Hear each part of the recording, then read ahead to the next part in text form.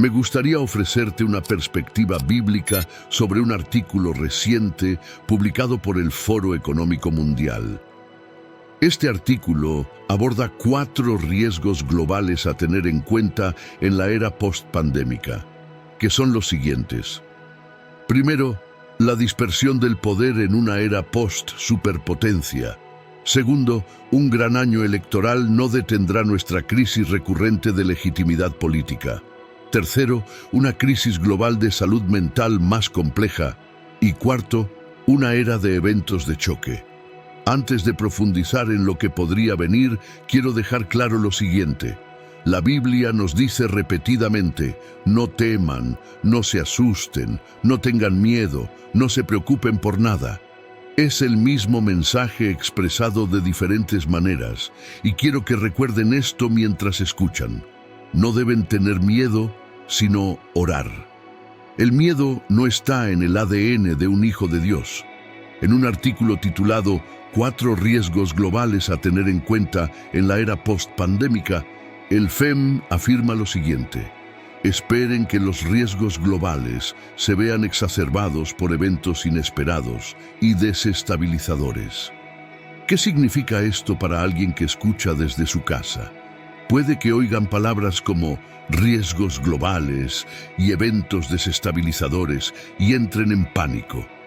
Pero aquí está lo sorprendente. Incluso en noticias como estas, la Biblia ya nos lo ha dicho. Solo miren esto. 2 Timoteo 3:1 dice, pero debes saber esto.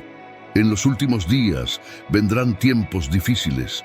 Y luego en Lucas 21, 25, 26 dice, habrá señales en el sol, la luna y las estrellas. En la tierra las naciones estarán angustiadas y perplejas por el rugido y la agitación del mar.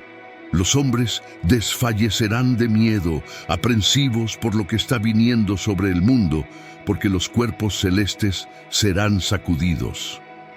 Entonces ven, no hay nada nuevo que pueda suceder en esta tierra que no nos haya sido advertido. La Biblia es clara al advertirnos lo que vendrá. Así que si alguna organización anuncia al mundo que se avecinan eventos de choque que desestabilizarán el mundo, los creyentes en Cristo deberían simplemente decir, sí, lo sabemos. Y luego decir, no estamos preocupados, tenemos a Dios de nuestro lado. Otra parte del artículo dice, espere más eventos climáticos extremos que agravarán aún más nuestra salud mental, especialmente para el creciente número de refugiados climáticos. Segundo, la IA se nos está imponiendo, nos guste o no. Muchos sentirán que no encajan en esta nueva economía impulsada por la IA o que ni siquiera se les está dando una oportunidad, creando una mayor clase precaria que se siente dejada atrás. El mundo está despertando. Si escuchas con atención, si observas con cuidado, notarás que las cosas están cambiando. La marea está cambiando y está ocurriendo un despertar espiritual. Algunos se están acercando más y más a la oscuridad de este mundo, ya que hoy en día hay un colapso moral en la sociedad. La vida ya no es valorada. Los corazones de las personas se están enfriando cada día más, y la gente está siendo consumida por los deseos de este mundo.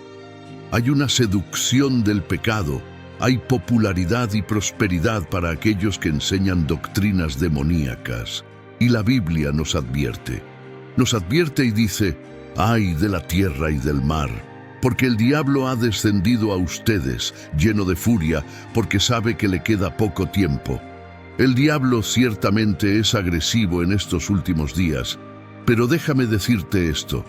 Por más agresivo que sea el enemigo, por más pecaminoso que se esté volviendo el mundo, muchos están volviendo a Cristo porque necesitan esperanza. Muchos están volviendo a Cristo porque nadie más puede cargar con sus cargas en estos últimos días. Muchos están volviendo a Dios porque necesitan amor divino, protección divina y verdadera paz. Entonces, ¿cómo sabes si lo que estás haciendo es sincero o solo otra trampa de engaño? Creo que aquí, con todo respeto, te equivocas. Y lo que no entiendes es que los seres humanos no tienen la capacidad de discernir entre el bien y el mal, entre la verdad y la mentira, todo lo que está ocurriendo. Simplemente no somos capaces de hacerlo por nosotros mismos. Necesitamos más cristianos como estos. Cristianos que conozcan su Biblia y, más importante aún, que no tengan miedo de hablar en línea con las Escrituras. No estoy viendo al verdadero Jordan Peterson. Estoy viendo lo que Jordan Peterson vive por un tiempo. No estás viendo al verdadero John Rich. Solo estoy viviendo en este cuerpo por un tiempo. El verdadero Jordan Peterson vive para siempre. Es un ser eterno. Fue creado por el Creador y fue puesto en ese cuerpo en el que estás ahora para durar tanto como va a durar. Y luego ese cuerpo morirá y el verdadero Jordan será liberado de ese cuerpo. Lo mismo va para mí. Entonces, la única manera en que un ser humano puede discernir lo que es verdad y lo que es mentira es que debes tener a Jesús dentro de ti, porque Él es la verdad absoluta. Vamos a desglosar esto por un momento. Un ser humano está compuesto de 3 partes: el espíritu, el alma y el cuerpo. ¿Cómo sabemos esto? Pues la Biblia en 1 Tesalonicenses 5:23 dice: que el mismo Dios de paz los santifique por completo y que todo su ser, espíritu, alma y cuerpo sea guardado irreprensible para la venida de nuestro Señor Jesucristo. ¿Entendieron eso? Su espíritu, su alma y su cuerpo. Ahora bien, el corazón se encuentra en el alma, que es el asiento de las emociones y los afectos. Es el centro de la personalidad humana, la voluntad, el razonamiento, el intelecto, la memoria y la conciencia. De hecho, me gustaría describirlo de esta manera. El corazón es una arena, es el centro de todo lo que un creyente debe proteger en su vida. Es un campo de batalla donde ocurren todas las luchas de tu vida. La lucha entre el bien y el mal ocurre en tu corazón. La lucha entre Dios y los ídolos terrenales sucede en tu corazón. La lucha por levantarte temprano para orar, por quedarte despierto hasta tarde para orar, por pasar tiempo en la palabra, todas estas son cuestiones que se resuelven en el corazón. Y así, cuando piensas en tu corazón como una arena, entiendes que no todo debe permitirse en ese espacio. Por eso creo que se nos dice que guardemos nuestros corazones, porque Dios quiere ocupar la arena de nuestro corazón, quiere sentarse en el trono de nuestro corazón. Pero también lo desea el diablo, y tú mismo con tu propia voluntad y deseos egoístas.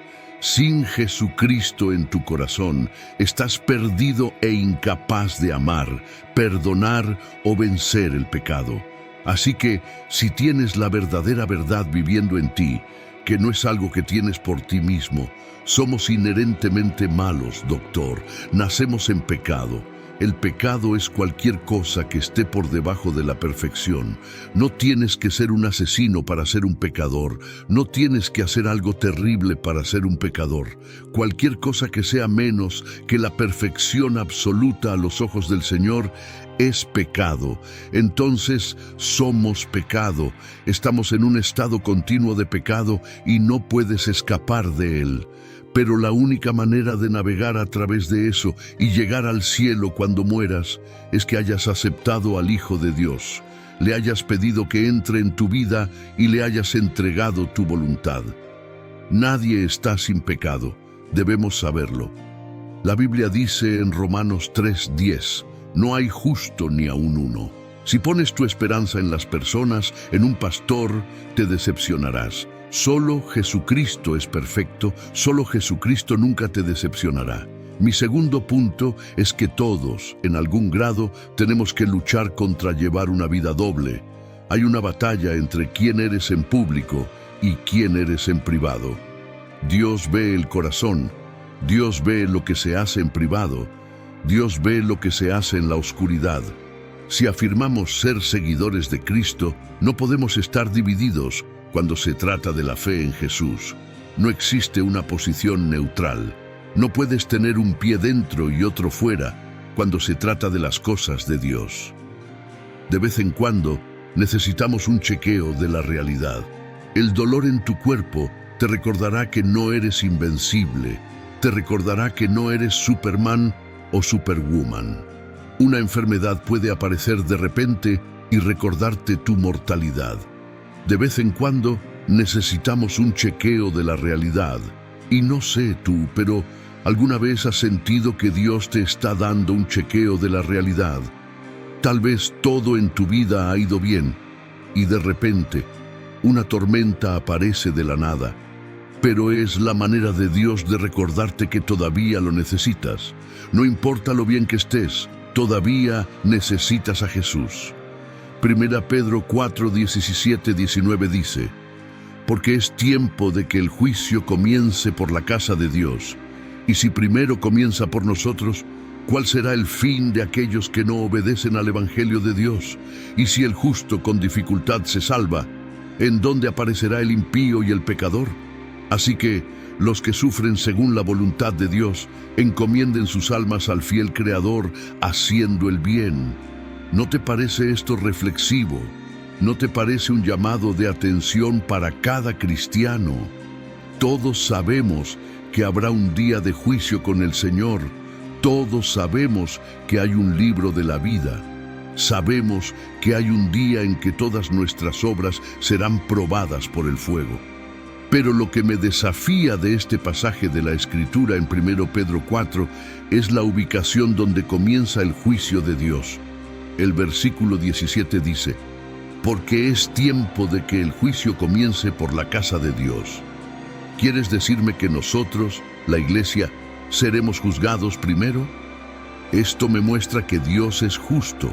Su juicio no se reserva solo para aquellos que rechazan a Cristo, sino también para aquellos que están en la iglesia. Es un llamado de atención. El juicio comienza con aquellos que confiesan ser cristianos. Ahora, ¿cuántos de nosotros estamos listos para ser juzgados? Pensarías que, como cristianos activos en la iglesia, siempre estaríamos listos para el juicio de Dios. Pero opino que, si Dios nos juzgara en este mismo momento, muchos de nosotros simplemente no estaríamos listos, no estaríamos preparados. Nos advierte del peligro de estar apenas salvos, aunque estemos en la iglesia, lo que significa que muchas personas profesan a Cristo, pero están apenas salvadas. Mateo 7, 21, 23 dice: no todo el que me dice, Señor, Señor, entrará en el reino de los cielos, sino el que hace la voluntad de mi Padre que está en los cielos. Muchos me dirán en aquel día: Señor, Señor, no profetizamos en tu nombre, y en tu nombre echamos fuera demonios, y en tu nombre hicimos muchos milagros. Y entonces les declararé: nunca os conocí. Apartaos de mí, hacedores de maldad. Las personas que dicen Señor, Señor son gente de la iglesia, pero Jesús está diciendo que aunque estés en la iglesia y conozcas el lenguaje y las costumbres, cuando llegue el día del juicio, lo que importa es si tienes a Jesús en tu corazón. No hay lugar para la hipocresía en nuestras vidas como creyentes. Debemos amar y vivir completamente para Dios si queremos pasar la eternidad con Él. Entonces, la pregunta es: ¿cuántos de ustedes en la iglesia tienen un amor genuino por Jesucristo? ¿Cuántos de nosotros estamos realmente salvados y cuántos somos falsos, pero afirmamos ser auténticos? Dios sabe que hay algunos entre nosotros que son impostores e hipócritas, por lo que el juicio debe comenzar en la iglesia, y me pregunto cuál será el destino de los hipócritas en la iglesia, de aquellos que se ponen una máscara y pretenden ser algo que no son, de los que afirman conocer y seguir a Jesús, pero se comportan de una manera que contradice al Señor. La Biblia dice en Mateo 6, 1: guardaos de hacer vuestra justicia delante de los hombres para ser vistos por ellos. De otra manera no tendréis recompensa de vuestro Padre que está en los cielos. Y en el versículo 5 dice: y cuando ores, no seas como los hipócritas, porque ellos aman el orar en pie en las sinagogas y en las esquinas de las calles, para ser vistos por los hombres. De cierto os digo que ya tienen su recompensa. Ahora bien, de ninguna manera deberíamos pensar que somos nosotros quienes podemos juzgar y determinar quién es un hipócrita, porque en última instancia es un asunto del corazón, y solo Dios conoce el corazón. Pero debemos examinarnos y juzgarnos a nosotros mismos para asegurarnos de que no somos los hipócritas de los que habla la Biblia. El mensaje aquí es revisar tu corazón. Se nos dan mandamientos claros para seguir a lo largo de la Biblia, y si estamos en Cristo, deberíamos estar completamente comprometidos con ser obedientes. La Biblia dice que todos los que aman a Dios deben también amar a sus hermanos y hermanas. ¿Cuántos de nosotros seríamos encontrados faltos en este aspecto? ¿Cuántos de nosotros amamos verdaderamente a nuestros hermanos y hermanas? ¿Cuántos de nosotros amamos a nuestro prójimo? El juicio comienza en la casa de Dios. La traducción amplificada de 1 Pedro 4, 17, 18 dice: porque es tiempo de que el juicio comience por la casa de Dios. Y si primero comienza por nosotros, ¿cuál será el fin de aquellos que no respetan ni obedecen el Evangelio de Dios? Y si el justo con dificultad se salva, ¿qué será del impío y del pecador? Cuando leo esto, me recuerda que nunca estoy tan salvado como pienso que estoy, porque puedo caer fácilmente si no fuera por la gracia de Dios. Así que toma este mensaje como una advertencia. El juicio comienza en la casa de Dios. Simplemente decir Señor, Señor no es suficiente. Lo que cuenta es hacer la voluntad del Padre, la voluntad justa y santa de Dios. Así que te animo a asegurarte de que estás completamente entregado a Jesucristo y a deshacerte de cualquier hipocresía. Sé alguien que tiene el amor genuino de Dios. Sé sincero en buscar al Señor. El juicio comienza en la casa de los santos de Dios, y si empieza con nosotros, ¿qué pasará con aquellos que han rechazado a Dios? Por lo tanto, mantente vigilante porque no sabes en qué día vendrá tu Señor. Este llamado a la vigilancia y a estar atentos es tan relevante para nosotros hoy como lo fue para los discípulos cuando Jesús pronunció estas palabras. Al igual que un vigilante atento permanece alerta ante posibles amenazas, debemos mantenernos alerta y vigilantes ante las señales del inminente retorno de Cristo. Lo fascinante de un vigilante es que tiene muchos roles diferentes, todos igualmente importantes. En tiempos antiguos, un vigilante era responsable de proteger ciudades y campamentos militares de ataques sorpresa del enemigo, así como de otros peligros potenciales. Los vigilantes en las murallas estaban atentos a mensajeros que se acercaban, peligros, ejércitos o enviados. En 2 Samuel 18, se nos dice que David estaba sentado entre las dos puertas y el vigilante subió al techo sobre la puerta hacia la muralla. Levantó sus ojos y miró, y allí había un hombre corriendo solo. Entonces el vigilante gritó e informó al rey, y el rey dijo: si viene solo, trae buenas noticias. Y el mensajero se acercó rápidamente. Es tarea de un vigilante estar siempre atento, observar a lo lejos, esperar y ciertamente estar alerta. El vigilante se mantiene como un centinela, protegiendo contra cualquier peligro. En nuestras vidas espirituales, cada cristiano tiene el rol de actuar como un vigilante. Debemos observar, evaluar y examinar nuestras vidas a la luz de la palabra de Dios.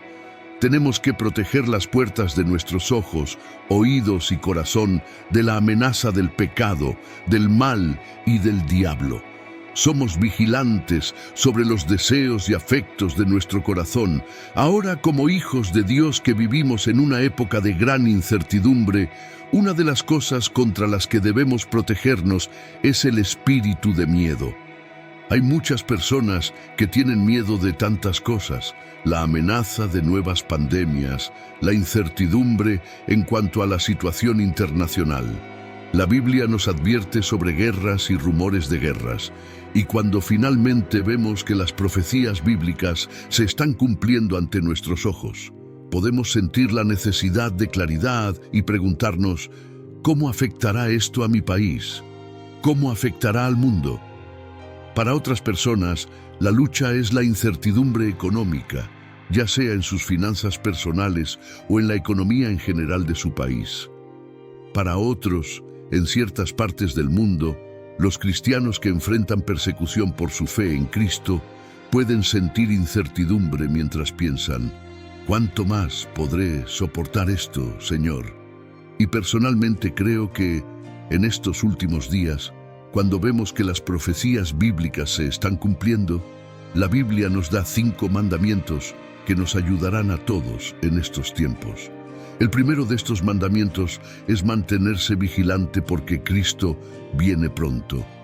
Mateo 24:42 dice, «Velad pues, porque no sabéis a qué hora ha de venir vuestro Señor». Cuando vives en tiempos inciertos, en tiempos de temor, en tiempos en los que las profecías bíblicas se están cumpliendo y vemos un aumento en los conflictos alrededor del mundo, vemos pestilencias, vemos cómo el amor de muchos se enfría, es importante mantenerse vigilante porque no sabemos cuándo vendrá el Señor. Puede que no tengamos todas las respuestas, no haya un mapa detallado que nos diga qué hacer y cómo hacerlo cada vez que sucedan cosas preocupantes, pero debemos recordar que, en última instancia, nuestro enfoque debe estar en un solo lugar, en Jesucristo. Si te enfocas en el mundo, estarás preocupado, cargado y ansioso. Pero si te enfocas en Jesús, verás los problemas del mundo, pero no te perturbarán en tu corazón. El segundo mandamiento es vigilar y orar para no caer en tentación. Mateo 26:41 dice, «Velad y orad para que no entréis en tentación. El espíritu a la verdad está dispuesto, pero la carne es débil». Se nos anima a velar y orar para no caer en tentación, y muchas veces la gente asocia la tentación solo con lo sexual. Pero la tentación puede venir de muchas maneras. Algunos son tentados a mentir y robar por su propio beneficio, otros a emborracharse, otros a chismear, pero sobre todo debemos estar atentos a no ser tentados a seguir un evangelio que solo nos hace sentir bien, en lugar de llevarnos al arrepentimiento. En los últimos días habrá engaños, y estos engaños serán tentadores para muchos, porque se nos dirá un evangelio que simplemente nos hace sentir bien en lugar de llevarnos a la verdad. El tercer mandamiento es vigilar y orar para poder escapar. Lucas 21:36 dice, «Velad pues, orando en todo tiempo que seáis tenidos por dignos de escapar de todas estas cosas que vendrán y de estar en pie delante del Hijo del Hombre». Cuando Jesús dijo esto a sus discípulos, estaba hablando del futuro y advirtiéndoles sobre las cosas terribles que vendrán en la tierra. A medida que nos acercamos al fin de los tiempos, aquellos que serán considerados dignos de escapar de la ira de Dios en esta tierra son aquellos que han puesto su confianza y fe en Jesucristo, pero solo puedes hacerlo si vigilas y oras siempre. En otras palabras, Jesús nos está diciendo que debemos enfocarnos en Él. El cuarto mandamiento para los creyentes en estos días es ser sinceros y disciplinados en nuestras oraciones. La Biblia en 1 Pedro 4:7 dice, «Mas el fin de todas las cosas se acerca, sed pues sobrios y velad en oración». En este contexto, sobrio significa serio. En otras palabras, como creyentes, debemos ser cuidadosos en cómo vivimos, ya que nuestras decisiones afectan nuestra capacidad de pensar claramente. Es mejor ser autocontrolados para poder orar con seriedad. Creo que Pedro también está hablando a aquellos que sufren por causa de Jesús, a los creyentes que son perseguidos. Pedro nos da una palabra de advertencia que también es alentadora al decirnos que el fin de todas las cosas se acerca. ¿Y no vemos eso hoy más que nunca? El quinto y último mandamiento para los creyentes es tener claridad en nuestra misión. 2 Timoteo 4:5 nos da un gran consejo sobre cómo lidiar con todo lo que escuchamos y vemos en el mundo hoy. La Biblia dice: pero tú sé sobrio en todo, soporta las aflicciones, haz obra de evangelista, cumple tu ministerio. El mundo tiene muchas voces diferentes, algunas piadosas, otras impías, y estas voces te dirán tantas cosas diferentes, cosas que te confundirán, cosas que contaminarán tu mente, y todo esto te llevará a vivir en un estado de temor. Pero la palabra de Dios nos llama a tener una mente clara en cada situación, y creo que puedes lograr esto haciendo una cosa: enfocándote en Cristo y haciendo todo para su gloria. A medida que más y más personas hacen preguntas como: ¿estamos viviendo en los últimos días? ¿Es este el fin? Quiero animarte a hacer algo. En lugar de enfocarte en cada evento que está sucediendo en el mundo, mi mensaje para ti es que te asegures de tener una relación personal con Jesucristo.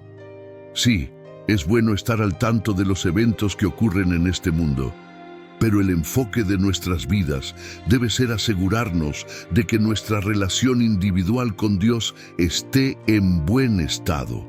Ya sea que estos sean los últimos días o no, ya sea que esta sea la última hora o no, tú y yo, como creyentes, necesitamos asegurarnos de que nuestro enfoque esté solo en Jesucristo. Debemos enfocarnos en aquel que es el camino, la verdad y la vida. Y ese es Jesucristo, quien dijo explícitamente: nadie viene al Padre sino por mí. En estos tiempos de incertidumbre y de señales que parecen indicar el cumplimiento de las profecías bíblicas, es fundamental que cada uno de nosotros como creyentes mantengamos nuestro enfoque en Jesucristo. No debemos permitir que el miedo, la confusión o las preocupaciones de este mundo desvíen nuestra atención de lo más importante: nuestra relación personal con el Señor. Jesús nos advierte sobre los peligros de dejarnos llevar por las distracciones de este mundo. En Mateo 24:44 nos dice: por tanto, también vosotros estad preparados, porque el Hijo del Hombre vendrá a la hora que no pensáis. Esta preparación no es solo para un momento específico, sino que debe ser un estilo de vida.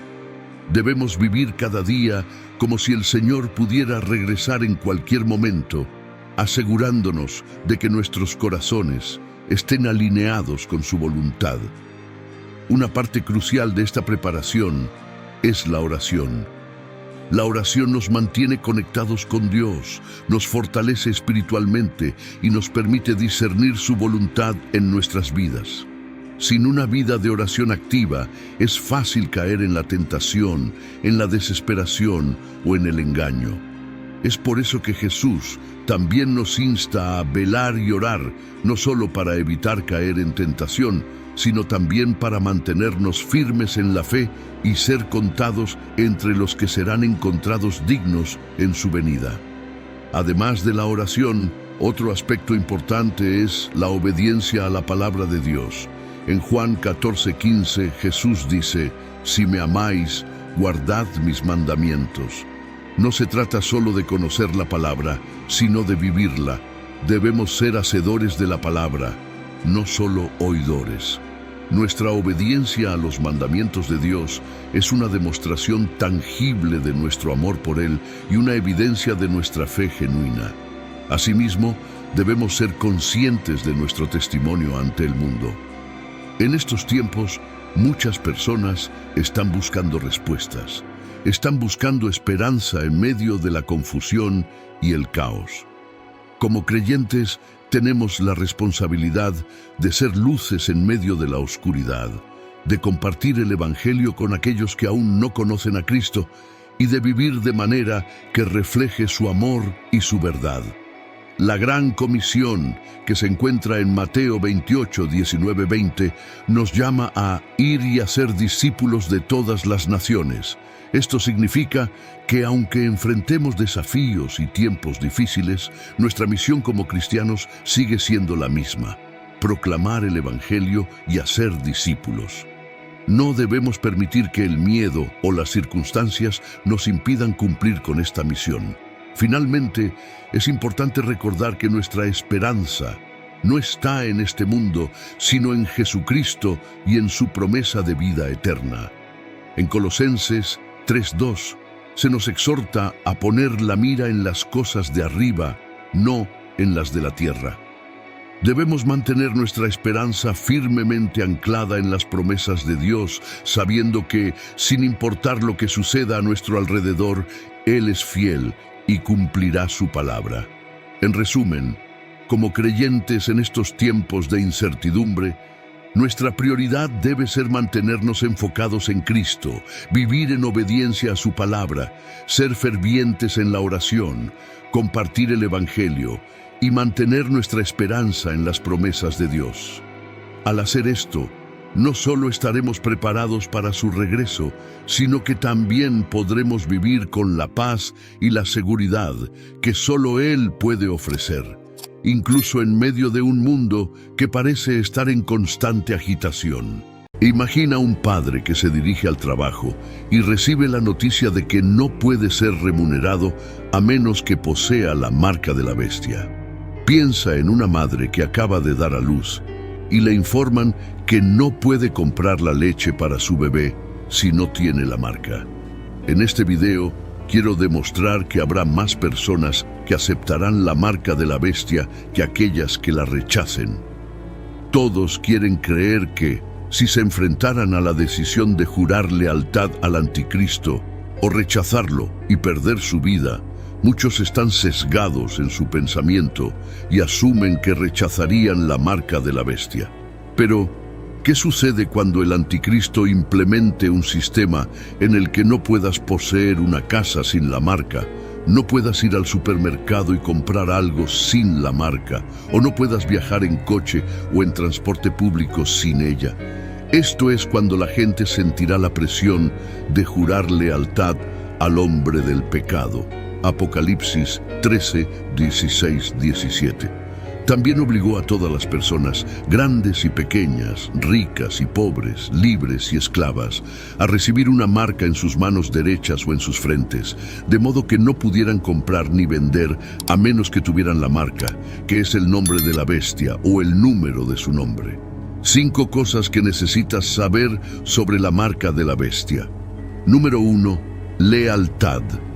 Cuando el anticristo sea revelado al mundo, impondrá un sistema, una ley, donde necesitas tomar algún tipo de marca para participar en la sociedad.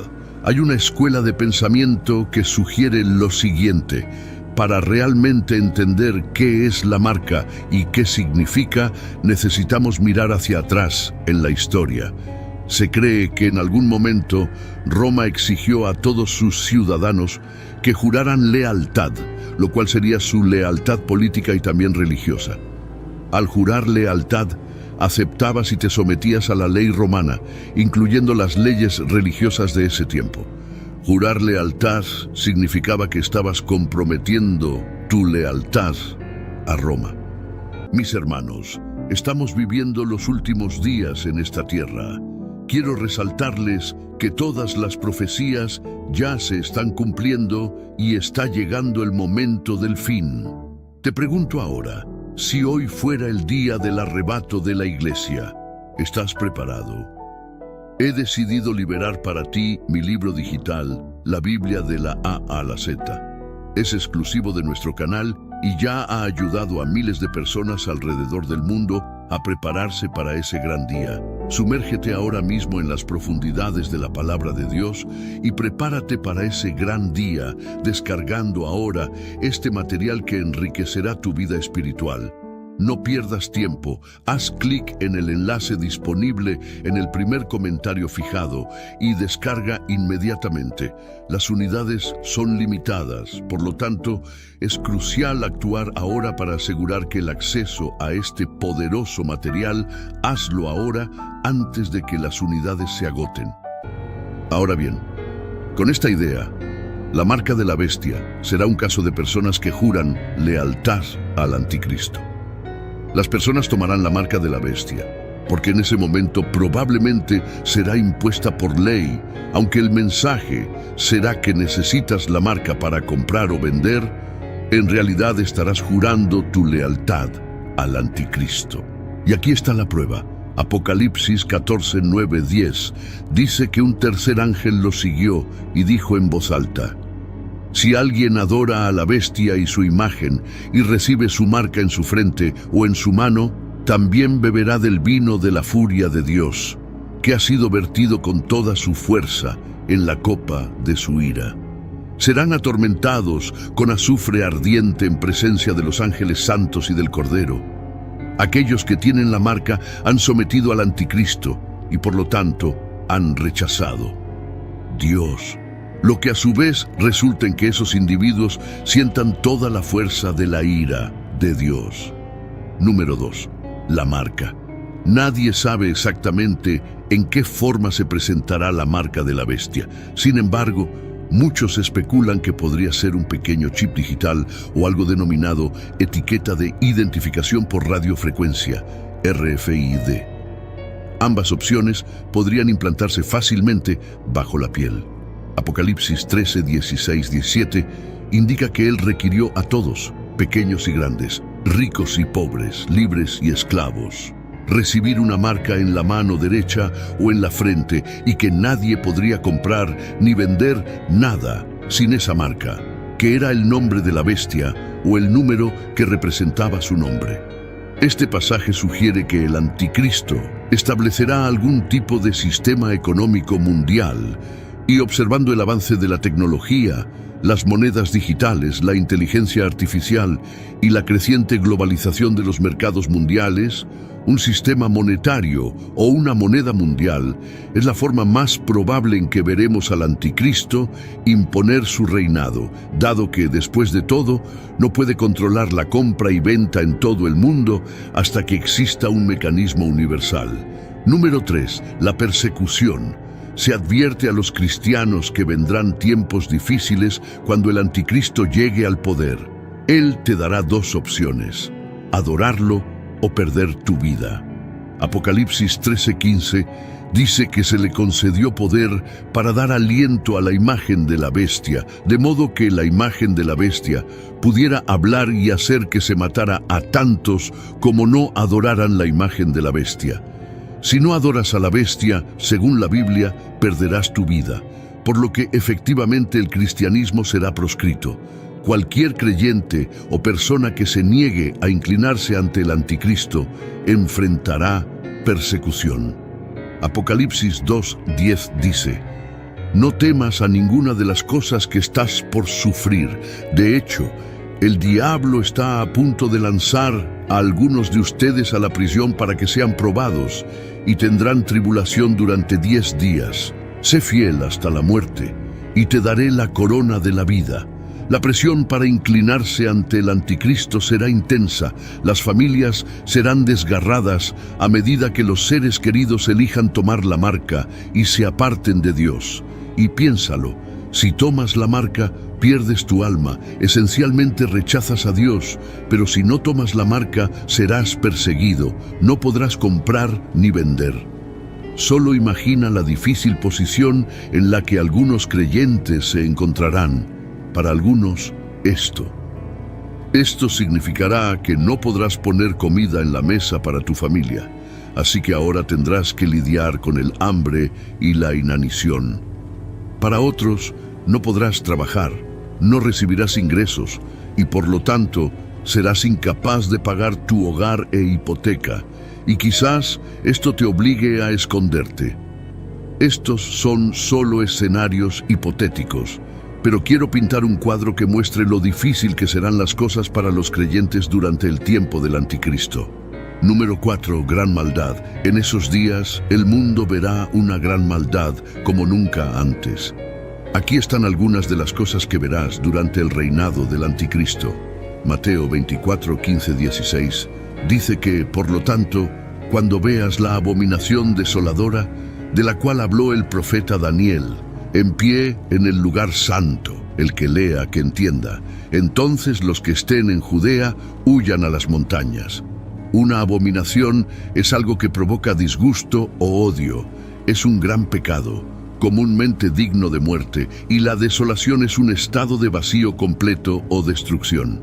Cuando Jesús dijo esto, de hecho, nos estaba advirtiendo que alguien, o quizás algún evento que la gente detestara, estaría en el templo algún día. Cuando ese horror ocurra, los residentes de Judea deberían buscar refugio sin demora. Además, habrá idolatría generalizada en la tierra. Habrá personas en este mundo que adorarán e idolatrarán al anticristo porque él sufrirá lo que la Biblia llama una herida mortal, pero milagrosamente se recuperará. Además de esto, el anticristo blasfemará abiertamente contra Dios, hablará contra Jesucristo y buscará insultar el nombre del Señor. En cuanto a los corazones de las personas, 2 Timoteo 3 nos dice que las personas serán corruptas y se alejarán de Dios. Personas que tendrán una forma de piedad, pero no tendrán el poder de Dios actuando en sus vidas. Cuando lees 2 Timoteo 3 y repasas la lista de cómo será la gente en la sociedad, la Biblia te dice que las personas serán amantes de sí mismas, lo que significa que serán narcisistas y centradas en sí mismas. Por lo tanto, puedes ver que habrá una gran maldad en los últimos días, especialmente una vez que el anticristo esté en el poder.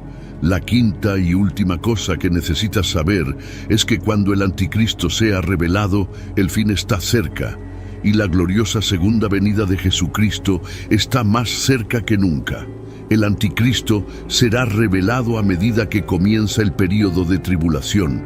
Este período será los últimos años de la historia humana y se dividirá en dos.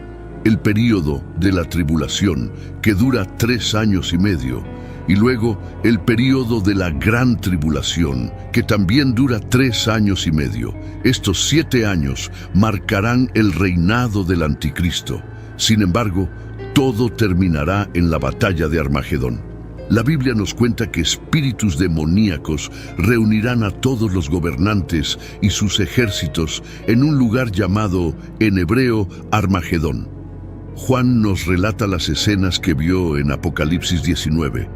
Entonces vi el cielo abierto y allí estaba un caballo blanco, y su jinete se llamaba Fiel y Verdadero, porque juzga con justicia y libra una guerra justa. Sus ojos eran como llamas de fuego, y en su cabeza había muchas coronas. Tenía un nombre escrito que nadie entendía, excepto él mismo. Llevaba un manto teñido en sangre, y su título era La Palabra de Dios. Los ejércitos del cielo, vestidos con la más fina lino blanco puro, lo seguían montados en caballos blancos. De su boca salía una espada afilada con la que derribar a las naciones. Él las regirá con vara de hierro. Él liberará la feroz ira de Dios Todopoderoso, como jugo que fluye de un lagar. En su manto y en su muslo tenía escrito este título: Rey de todos los reyes y Señor de todos los señores. Esto será el regreso triunfal de Jesucristo, y cuando regrese traerá juicio contra toda la maldad en el mundo. El caballo blanco en el que monta Jesús simbólicamente representa el poder santo y puro que Jesús tiene para vencer el mal con el bien. Cuando Jesús regrese, no estará solo, estará acompañado por los ejércitos del cielo, compuestos por ángeles liderados por el arcángel Miguel y los santos. Él vino a la tierra por primera vez como el Cordero de Dios y se sacrificó en la cruz para que fuéramos salvados, pero cuando regrese, volverá como el Rey de Reyes y Señor de Señores. Cuando Jesús regrese, aplastará al anticristo y a todos sus seguidores. Aplastará todo espíritu demoníaco y todo lo que se oponga a él. La Biblia nos dice en Apocalipsis 19:21 que entonces vi a la bestia, a los reyes del mundo y sus ejércitos, reunidos para luchar contra el que montaba el caballo y su ejército. La bestia fue capturada, y con ella el falso profeta, quien realizaba milagros poderosos en nombre de la bestia, milagros que engañaban a todos los que habían aceptado la marca de la bestia y adoraban su estatua. Tanto la bestia como su falso profeta, fueron arrojados vivos al lago de fuego, ardiente de azufre. Todo su ejército fue asesinado por la espada afilada que salía de la boca del que montaba el caballo, desde la boca del que monta el caballo blanco, y los buitres se atiborran de los cuerpos muertos. Pero antes de profundizar más, quiero comenzar recordándote dos versículos bíblicos que fundamentan todo lo que voy a decir hoy. El primero es Mateo 7, 13, 14, que dice: «Entrad por la puerta estrecha, porque ancha es la puerta y amplio el camino que lleva a la destrucción, y muchos entran por ella. Pero estrecha es la puerta y angosto el camino que lleva a la vida, y pocos la encuentran». Observa cómo la Biblia dice que muchos escogen el camino amplio, lo que significa que la mayoría elegirá el camino amplio. El segundo versículo bíblico es Mateo 7, 21, 23, que dice: «No todos los que me dicen Señor, Señor, entrarán en el reino de los cielos, sino aquel que hace la voluntad de mi Padre que está en los cielos. Muchos me dirán en aquel día: Señor, Señor, ¿no hemos profetizado en tu nombre, y en tu nombre echado fuera demonios, y en tu nombre hecho muchos milagros? Y entonces les declararé: nunca os conocí, apartaos de mí, los que practicáis la iniquidad». Nótese cómo la Biblia dice una vez más que muchos dirán Señor, Señor, pero Jesús responderá diciendo: nunca os conocí, apartaos de mí. Así que dos veces en la Biblia se nos dice que la mayoría escogerá el mal o terminará en condenación eterna. Con este entendimiento, hablemos de la marca de la bestia. Según la Biblia, llegará un tiempo en que el anticristo establecerá un régimen global que impondrá un sistema por el cual todos, pequeños o grandes, ricos y pobres, libres y esclavos, recibirán una marca en su mano derecha o en su frente, significando lealtad a la bestia. Sin esta marca en la frente o mano derecha, nadie podrá comprar ni vender. Esta marca será el nombre de la bestia o el número de su nombre. No sabemos si la marca será un chip físico que pueda implantarse justo bajo la piel. No sabemos si será algo digital. No sabemos si la marca será un código de barras que la gente tendrá que aceptar. Pero lo que sí sabemos es que mucha gente ciertamente aceptará la marca. La razón simple para esto es que el anticristo hará que sea muy difícil vivir la vida sin la marca. Imagina estos escenarios. Todas las principales instituciones del mundo, como bancos y hospitales. Por ejemplo, imagina si dicen que necesitas la marca para pagar tus facturas médicas o para realizar cualquier transacción bancaria. Imagina si te dicen que solo puedes hacer tus pagos hipotecarios, tus pagos de alquiler si tienes la marca. ¿Qué harías? Imagina la presión para hacer tus compras domésticas, comprar comida o conseguir cualquier necesidad básica. Antes de poder comprar algo, tendrás que mostrar una marca específica, de modo que las personas que no se sometan al anticristo estarán, en cierto sentido, aisladas y cortadas de las necesidades básicas de la vida. La mayoría de las personas encontrarán estas presiones demasiado grandes y venderán sus almas al diablo. Ahora, aquí hay un par de teorías sobre cómo el anticristo difundirá su mensaje de engaño. Una corriente de pensamiento es que habrá un colapso económico sísmico que destruirá totalmente los sistemas financieros mundiales. Esta será la etapa que permitirá al anticristo tomar el centro del escenario y parecer tener todas las respuestas. Una de esas respuestas será su marca. Aquí es donde entra Apocalipsis 13, 16, 17, que nos dice que a todos, pequeños y grandes, ricos y pobres, libres y esclavos, se les dará una marca y nadie podrá comprar ni vender nada sin esa marca. Es probable que el anticristo haga que las masas acepten esta marca, diciéndoles que este nuevo sistema mundial de finanzas será necesario para que la sociedad funcione de manera segura y eficiente, pero esto es una mentira. porque efectivamente no tienes elección, es una dictadura. El mensaje será bueno. En el fondo no hay elección, no hay alternativa, es cumplir o sufrir. La segunda teoría es la lealtad forzada. Todos sabemos que el anticristo se opone a Jesucristo, odia las cosas de Dios, y por lo tanto para cualquier creyente que rechace la marca, será perseguido, será maltratado. Daniel 7:25 dice que él hablará palabras pomposas contra el Altísimo, perseguirá a los santos del Altísimo e intentará cambiar los tiempos y la ley. Entonces los santos serán entregados en su mano por un tiempo, tiempos y medio tiempo. Cuando el anticristo esté en el poder, la persecución contra los cristianos estará en su punto más alto. Creo que activamente cazarán a los cristianos.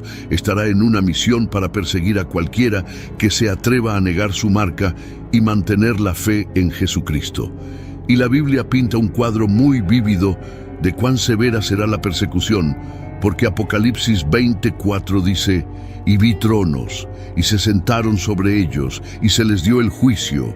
Luego vi las almas de aquellos que habían sido decapitados por su testimonio de Jesús y por la palabra de Dios, quienes no habían adorado a la bestia ni a su imagen, y no habían recibido su marca en sus frentes o en sus manos, y vivieron y reinaron con Cristo durante 1000 años». Hay un precio a pagar por aquellos que rechazan la marca de la bestia, y para muchas personas ese precio será simplemente demasiado grande, y elegirán la marca de la bestia para poder volver a la comodidad de sus vidas cotidianas. Por lo tanto, aquí hay algunos puntos clave sobre el anticristo. Es un hombre que tendrá un carisma engañoso. Imagina a un líder carismático que cautiva a las multitudes con elocuencia y encanto superficial, pero no te equivoques, está impulsado y motivado por una fuerza diabólica y demoníaca. En el libro de Juan 2:18, el apóstol Juan habla de los anticristos que vienen con engaño. Así como los líderes carismáticos pueden influir en la opinión pública, el anticristo probablemente poseerá un encanto magnético que lo hará atractivo para muchos. Solo mira a algunos de los peores dictadores que el mundo ha visto. La historia nos ha mostrado líderes que, a través del carisma y el encanto, obtuvieron una influencia inmensa y llevaron a las personas por caminos destructivos. En segundo lugar, cuando hablas del anticristo, estás hablando del espíritu de engaño. Piensa en un maestro ilusionista que puede hacer que lo imposible parezca real. En 2 Tesalonicenses 2:9-10, Pablo advierte sobre los milagros falsos, señales y maravillas del anticristo utilizados para engañar. Al igual que los ilusionistas crean ilusiones convincentes, el anticristo usará el engaño a gran escala, incluidas señales y maravillas, para desviar a las personas. Los magos e ilusionistas pueden crear proezas asombrosas que parecen sobrenaturales, muy similares a los signos y maravillas engañosos asociados con el anticristo. En tercer lugar, el anticristo será justo lo que su nombre indica, anticristo. Estará en seria y agresiva oposición a Jesucristo. El término anticristo significa uno que se opone a Cristo. En 1 Juan 2:22 se escribe: ¿Quién es el mentiroso sino el que niega que Jesús es el Cristo? Tal persona es el anticristo, negando al Padre y al Hijo. El anticristo se opondrá activamente y negará la divinidad de Jesucristo. Pero mi punto final es que el anticristo será finalmente derrotado. Imagina a un conquistador que fue eventualmente derrotado y derrocado. En Apocalipsis 19:20 leemos sobre el destino final del anticristo, pero la bestia fue capturada, y con ella el falso profeta que había realizado las señales en su nombre. Con estas señales había engañado a quienes habían recibido la marca de la bestia y adorado su imagen. El anticristo puede tener una temporada de éxito aparente, pero su destino final es la derrota, y el diablo es una amenaza, pero Jesucristo es todopoderoso y ya ha vencido a Satanás. El anticristo puede tener algún poder en esta tierra, pero Jesucristo es omnipotente. Él tiene todo el poder en el cielo y en la tierra. El mal puede parecer estar en todas partes, pero el Espíritu Santo te fortalecerá donde quiera que estés. Mayor es el que está en ti que el que está en el mundo. Si tú y yo solo pudiéramos mantener nuestros ojos enfocados en Jesucristo, si solo pudiéramos mantener nuestros corazones saturados con el Evangelio de Jesucristo y nuestras mentes fijas en la palabra de Dios, si solo pudiéramos hacer esto, entonces no importaría lo que el enemigo haga o cuánto poder tenga en este mundo, porque en el Señor puedes superar cada flecha enviada por el enemigo. Con Dios de tu lado, tú y yo no tenemos nada que temer. Mientras el mundo puede optar por seguir a la bestia del mundo o ser guiado por el espíritu del anticristo, aquellos que permanecen en Jesucristo, siendo guiados por el espíritu de la verdad, son las personas que serán salvadas. Por un momento, me gustaría adentrarme en las palabras proféticas del libro de Apocalipsis y explorar la imaginería que presenta sobre el gobierno del anticristo. Como creyentes, es crucial que entendamos estas enseñanzas para protegernos contra el engaño y mantenernos firmes en nuestra fe. En Apocalipsis 13, 11, 12, encontramos una descripción vívida del ascenso al poder del anticristo. Habla de una bestia que surge de la tierra, con cuernos como los de un cordero, pero que habla como un dragón. Este lenguaje figurativo simboliza la naturaleza engañosa del anticristo. A primera vista, la apariencia puede parecer inofensiva, parecida a un cordero manso. Sin embargo, las palabras que salen de su boca están llenas del venenoso espíritu del dragón, Satanás mismo. Una de las formas en que el anticristo ejercerá control es a través del establecimiento de una religión mundial única. El mundo será engañado y, en algunos casos, forzado a inclinarse y adorar al anticristo como si fuera un salvador. Además, las escrituras indican que el anticristo establecerá un sistema monetario mundial único. Este sistema impondrá su autoridad sobre todos, ricos y pobres, grandes y pequeños, independientemente de su estatus social o riqueza. Requerirá una marca en la mano derecha o en la frente, sin la cual nadie podrá comprar ni vender. Esta marca será un símbolo de lealtad al reinado del anticristo, una señal de sumisión a su autoridad.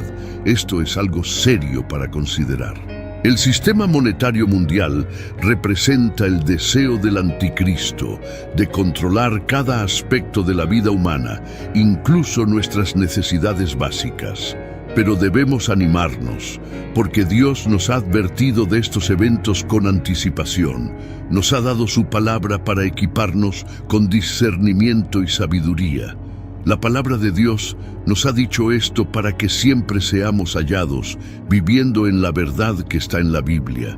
Porque cuando conoces la verdad y la luz que está en la palabra de Dios, no puedes ser engañado por el anticristo o el espíritu del anticristo, que según la Biblia ya está operando en el mundo hoy en día.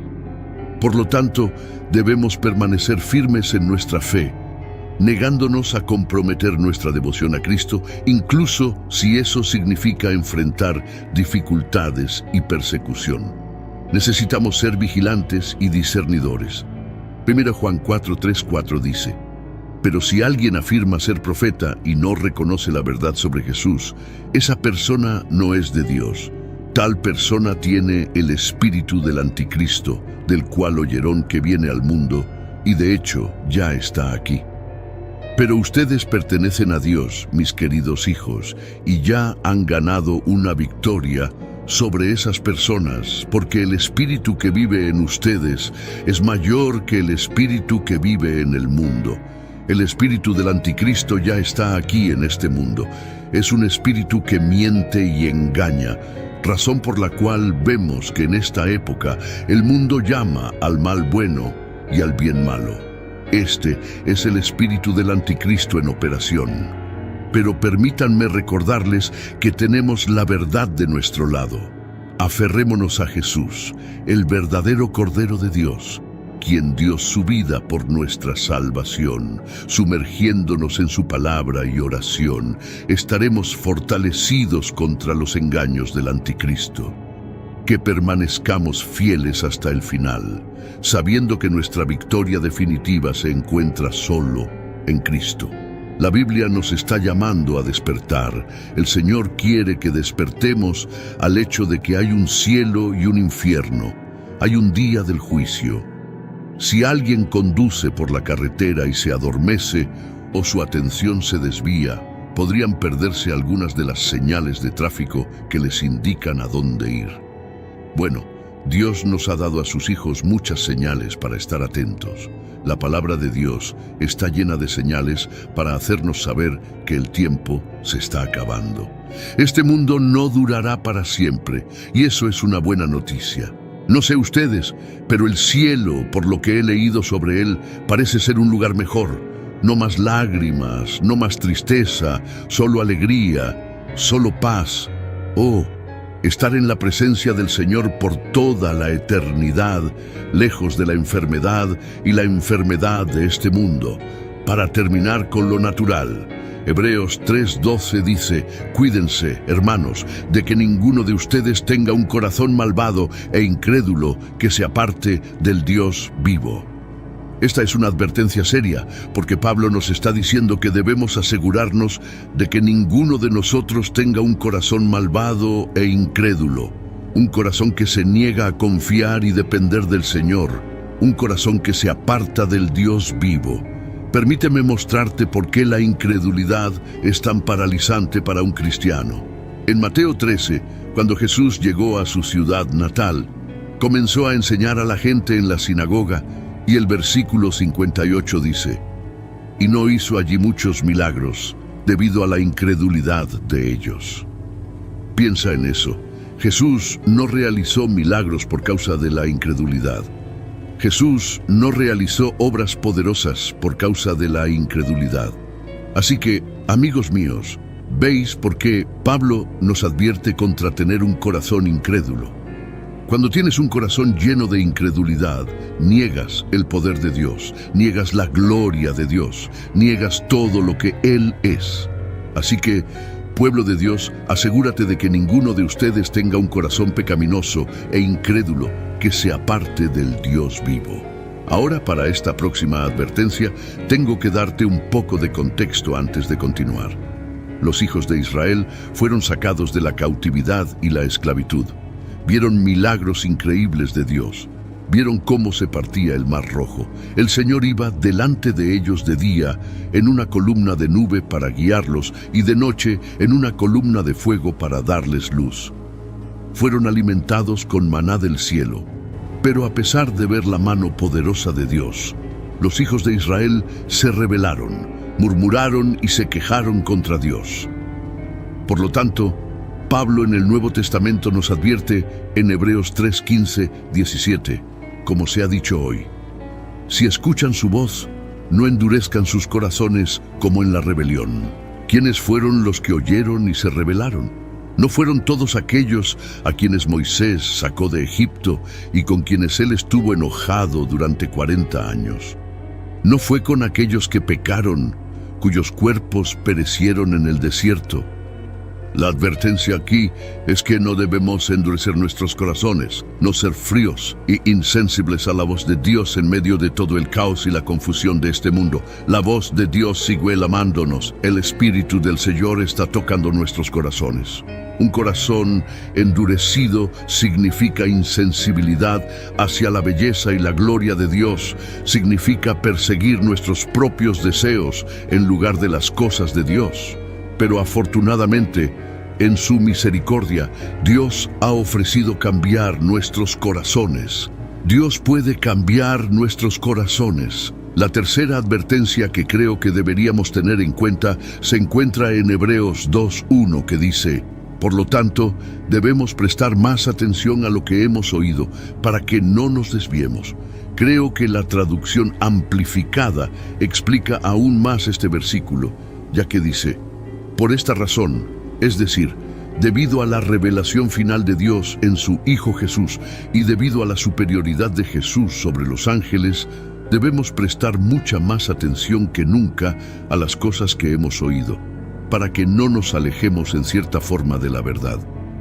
En esencia, lo que la Biblia nos está diciendo aquí es que debemos tener cuidado de no alejarnos de la verdad que es Jesucristo.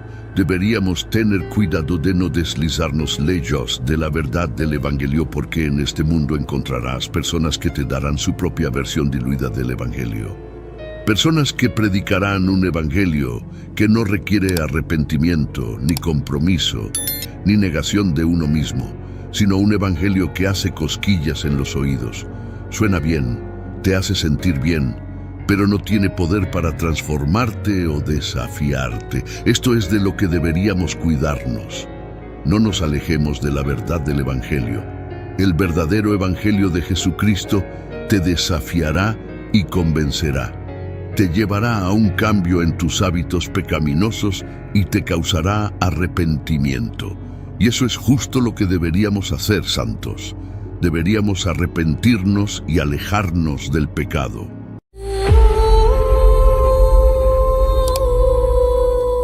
Lo que hará el anticristo en 2024 es impactante. Hay un sentido palpable de urgencia en el aire. Es claro para todos los que creen en la línea profética de Dios que el reloj está marcando el tiempo, y es esencial. El mundo, sin lugar a dudas, se encuentra en una encrucijada donde se desarrolla la línea profética de Dios, y debido a las señales de los tiempos en los que vivimos, la urgencia en nuestros corazones debe reflejar la urgencia de los tiempos. Hay un cambio evidente ocurriendo en nuestro mundo, y un mensaje que no debemos ignorar. El título de nuestro sermón es «Lo que hará el anticristo en 2024 es impactante». Puede sonar sorprendente e incluso inquietante, pero es imperativo que abordemos este tema con mentes y corazones abiertos. Como creyentes, no solo es nuestro deber, sino también nuestro llamado, discernir las señales de los tiempos y entender la batalla espiritual que se libra en nuestro mundo hoy en día. El propósito de nuestro sermón hoy es doble: llamar su atención sobre la presencia muy real del espíritu del anticristo en medio de nosotros, y arrojar luz sobre cómo este espíritu está preparando el terreno para lo que podría ser una serie impactante de eventos en el año 2024. Nos encontramos en una encrucijada en la historia, donde las mareas de oscuridad y engaño están aumentando, y el reloj avanza hacia lo que podría ser un momento crítico en la historia humana. Para establecer una base bíblica para nuestro sermón, volvamos a las palabras inspiradas del apóstol Juan, que se encuentran en las primeras y segundas epístolas de Juan. En 1 Juan 4:3, leemos estas palabras: «Pero todo espíritu que no confiesa a Jesús no es de Dios, sino del anticristo, del cual ya habéis oído que viene, y que ahora ya está en el mundo». Notemos la verdad profunda transmitida en este verso.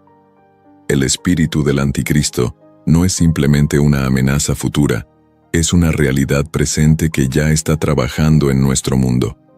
Hay un movimiento en esta tierra del espíritu del anticristo. Está sucediendo en nuestras naciones, en nuestras instituciones, en la televisión, en las películas e incluso en nuestros vecindarios locales. Existe un verdadero espíritu del anticristo. A menudo, como cristianos, estamos preocupados por el anticristo, el hombre. Sí, el anticristo vendrá como un hombre real, un hombre de carne y hueso.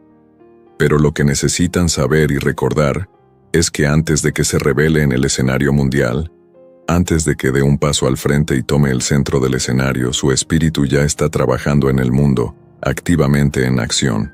Así como ustedes están llenos del Espíritu Santo, hay personas que están genuinamente llenas del espíritu del anticristo. Están guiadas y dirigidas por su espíritu. No necesitan ser teólogos para ver el espíritu del anticristo tomando el control del mundo secular. En 1 Juan 2:18, Juan nos advierte: «Hijitos, ya es el último tiempo, y según vosotros oísteis que el anticristo viene, así ahora han surgido muchos anticristos. Por esto conocemos que es el último tiempo». Las palabras de Juan resuenan con una urgencia que nosotros también debemos reconocer hoy. Estamos en la última hora. Nos dice que incluso en su tiempo había muchos anticristos, aquellos que se oponían a Cristo y buscaban apartar a las personas de su verdad. Ahora pueden preguntarse, ¿por qué es esencial enfocarse en el espíritu del anticristo en lugar de obsesionarse con un individuo específico? La razón es clara. Al entender el espíritu que se opone a Cristo, podemos reconocer mejor sus manifestaciones en el mundo que nos rodea. Podemos discernir las señales de los tiempos no especulando sobre la identidad de una figura en particular, sino observando el aumento de la ilegalidad, el deterioro moral y el engaño que caracterizan nuestra era. ¿Qué hará el espíritu del anticristo en 2024? En esencia, lo que hará el espíritu del anticristo en 2024 es una continuación de lo que ha estado haciendo desde el comienzo de la última hora de la que habla el apóstol Juan. Habrá una clara aceleración en el rechazo de la verdad y una aceptación de la oscuridad. En los últimos 15 años, hemos visto una clara aceleración en el rechazo de la verdad, y esto solo continuará en 2024. El espíritu del anticristo, en su núcleo, está en contra de la verdad. Jesucristo es la verdad. Jesucristo es la luz, y podemos ver cómo las corrientes se están moviendo en este mundo cada vez más, ya que las personas ya no aceptan la verdad absoluta. Estamos viviendo en un mundo donde las personas aman la oscuridad. Observen las tonterías que se están aceptando en el mundo hoy en día. Esto no es natural.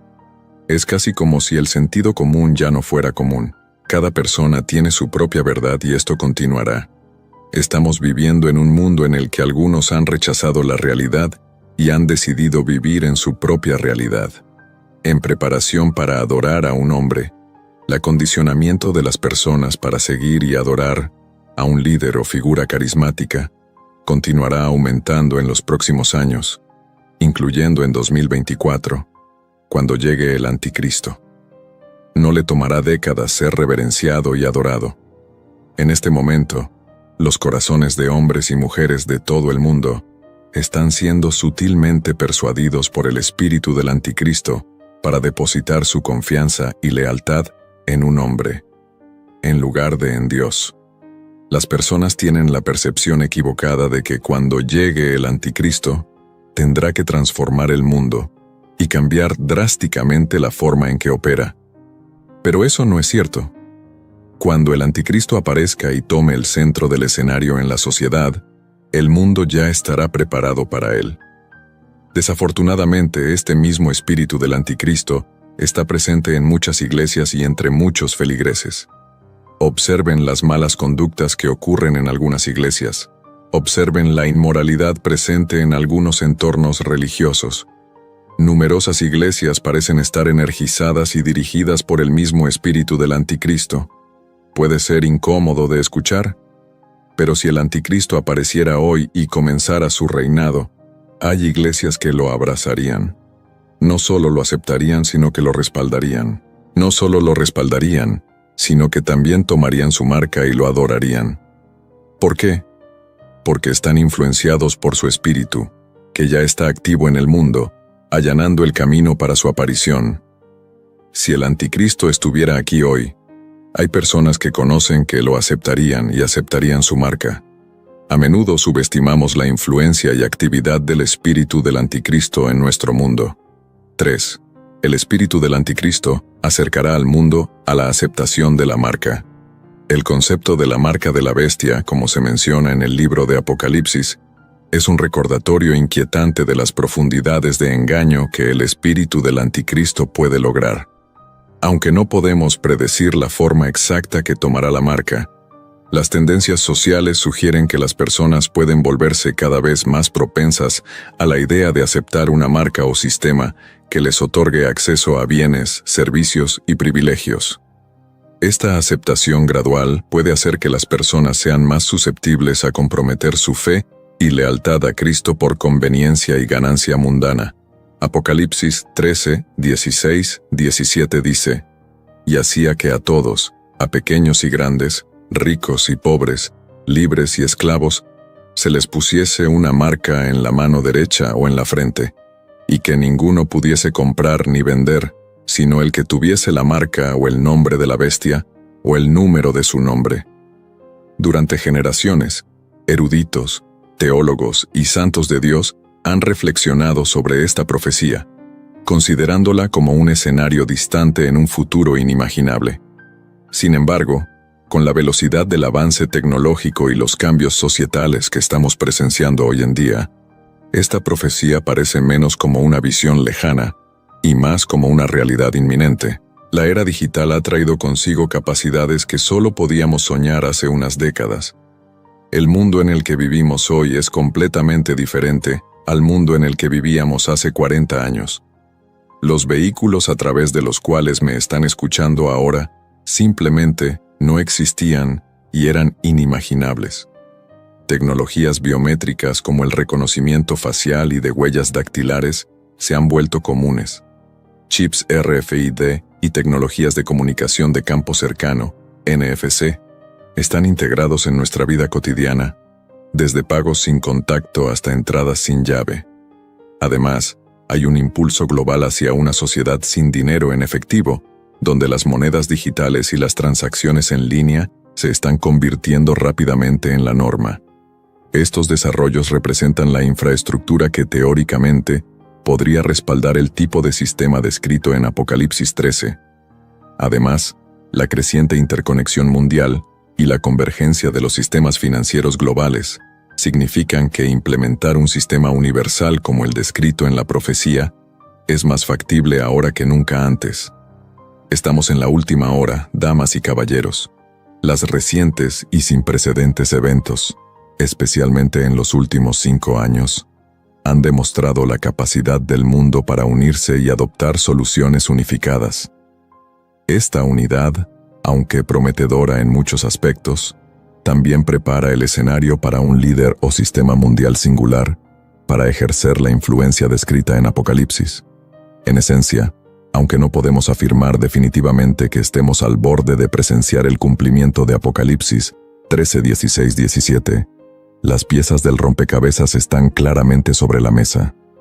El mundo nunca ha estado tan preparado tecnológica y sociopolíticamente para que estos eventos ocurran. Esto es un recordatorio sobrio de la relevancia atemporal de las antiguas profecías y la necesidad de estar vigilantes en estos tiempos cambiantes. El espíritu del anticristo en 2024 continuará trabajando hacia este objetivo. 4.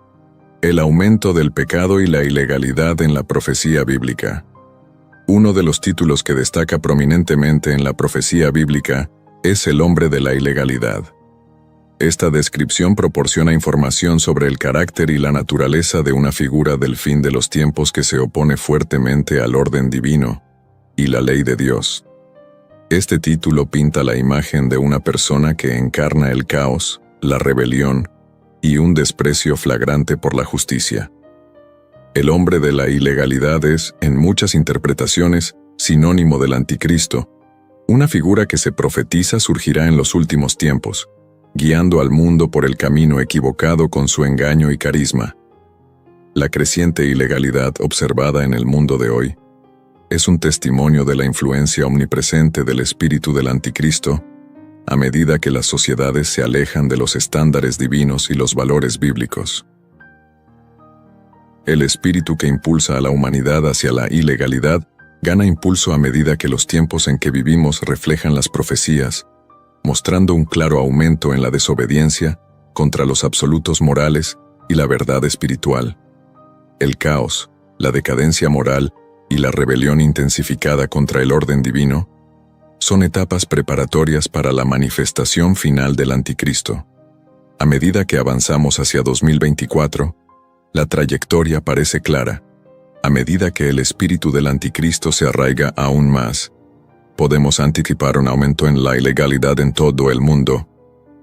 Este espíritu, ya activo e influyente, continuará socavando los límites morales, facilitando un clima propicio para el surgimiento del anticristo.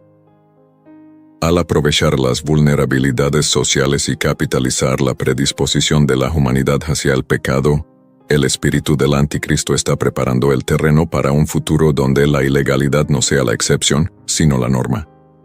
Cuando observamos el mundo hoy en día, presenciamos un creciente alejamiento de los valores morales y éticos. Las líneas entre lo correcto y lo incorrecto parecen difuminarse a medida que las normas sociales se apartan de los principios establecidos en la palabra de Dios. En 2024, esta tendencia es probable que se intensifique, lo que llevará a un aumento en la ilegalidad que desafiará los mismos fundamentos de la sociedad civil. El espíritu del anticristo prospera en un ambiente donde prevalece el relativismo moral, lo que facilita que las personas racionalicen comportamientos que son una clara desobediencia a los mandamientos de Dios. El espíritu del anticristo no está esperando una fecha futura para hacerse conocer, ya está activo y próspero hoy. Observen los males del pasado, la maldad que hemos leído en las Escrituras. No son solo historias del pasado, se están manifestando ante nuestros propios ojos. Han escuchado las historias de Sodoma y Gomorra, ciudades tan malvadas que atrajeron el juicio ardiente de Dios. Les han contado sobre los días de Noé, un tiempo tan corrupto que Dios purificó la tierra con un diluvio. ¿Y quién puede olvidar a Babilonia, la personificación del orgullo humano, la arrogancia y la desafío contra el Altísimo? Ahora, escúchenme bien. Los pecados, la maldad, las depravaciones de esos tiempos no desaparecieron en el aire. Han resucitado, se han renovado y se han vuelto a empaquetar para nuestro tiempo. El mundo moderno, mis amigos, es un crisol de cada cosa vil que alguna vez desafió a Dios. Es como si el diablo tomara un poco de cada una de esas épocas de la historia, las mezclara para crear el mundo en el que vivimos ahora. No se dejen engañar, no hemos progresado, hemos retrocedido. El pecado puede usar una máscara diferente, pero su rostro es el mismo. El pecado puede tener herramientas modernas, pero su intención es antigua. El diablo no necesita inventar nuevos pecados, simplemente reutiliza los antiguos para una nueva generación. Permítanme decirles algo. La conveniencia del pecado en nuestros días debería aterrarnos. Hubo un tiempo en que el pecado requería esfuerzo, cuando tenías que aventurarte en el mundo para encontrarlo. Pero ahora, el pecado lama a nuestras puertas, llega directamente a nuestros hogares, acecha en los dispositivos móviles que sostenemos en nuestras manos. Estamos en una era digital donde la maldad está a solo un clic de distancia. Es un mundo donde nuestros hijos, justo bajo nuestros techos, pueden estar expuestos a cosas que harían que Sodoma se sonrojara. Un mundo donde la tentación no está a la vuelta de la esquina, sino justo en nuestros bolsillos. Pero permítanme recordarles que esto no sucede por casualidad. Está orquestado. Es un esfuerzo conjunto del espíritu del anticristo para adormecernos, para sensibilizarnos, para hacernos aceptar lo inaceptable y para preparar al mundo para el hombre de la ilegalidad y el hombre del pecado. Es el plan del diablo hacer que el pecado sea tan común, tan prevalente, que ya no lo veamos por lo que realmente es: una rebelión contra un Dios santo. No estamos esperando la llegada del anticristo. Mis amigos, su espíritu ya está aquí, trabajando tras bastidores, manipulando las cuerdas, dando forma a culturas y sociedades, y haciendo que lo anormal parezca normal. Esta es la estratagema del diablo para preparar al mundo para el surgimiento eventual de su elegido. El mundo está al borde del precipicio con el espíritu del anticristo más potente que nunca. Como creyentes, debemos equiparnos con la armadura de Dios, fortalecer nuestra fe y brillar como faros de luz en la oscuridad envolvente. Los eventos de 2024, aunque inciertos en detalles, son indudablemente cruciales en la línea profética de Dios. Seamos diligentes, no solo espectadores, sino guerreros activos por Cristo, manteniéndonos firmes contra la marea engañosa y anunciando el reino de Dios. El momento de prepararse y actuar es ahora, porque la hora está realmente avanzada. Evento profético número 1. El rapto de la iglesia. Para abordar estas 10 profecías, adoptaremos el enfoque pretribulacionista del rapto. El rapto, según la escatología cristiana, es un evento crucial en el cual Jesucristo llamará milagrosamente a todos los cristianos, tanto vivos como muertos, para unirse a Él. todos los creyentes son transformados instantáneamente y se les otorgan cuerpos glorificados e imperecederos. Este evento repentino ocurrirá en un abrir y cerrar de ojos. Este maravilloso evento incluye la resurrección de los creyentes fallecidos y la transformación de aquellos que están vivos. Este evento marca un momento significativo en el cumplimiento de las promesas de Dios y es un tema de gran interés y debate entre los creyentes. Central para comprender el rapto es la creencia de que ocurrirá antes de la tribulación, un período de gran tumulto y dificultades en la tierra, según se describe en la Biblia. Esta perspectiva, conocida como el enfoque pretribulacionista, sostiene que los creyentes serán librados de la tribulación al ser llevados para estar con Cristo antes de que estos eventos se desarrollen. El concepto del rapto está notablemente respaldado por pasajes en el Nuevo Testamento. En 1 Tesalonicenses 4, 16-17, el apóstol Pablo proporciona una vívida descripción. Porque el Señor mismo descenderá del cielo con voz de mando, con voz de arcángel y con trompeta de Dios. Y los muertos en Cristo resucitarán primero. Luego nosotros, los que estemos vivos y que hayamos quedado, seremos arrebatados juntamente con ellos en las nubes para recibir al Señor en el aire. Y así estaremos siempre con el Señor. Este pasaje enfatiza que el rapto será un evento divino y milagroso, iniciado personalmente por el Señor mismo, no por un ángel ni por ningún otro ser. Significa una intervención directa de Cristo en los asuntos del mundo. Además, el pasaje tranquiliza a los creyentes de que aquellos que han muerto en Cristo no serán olvidados ni dejados atrás.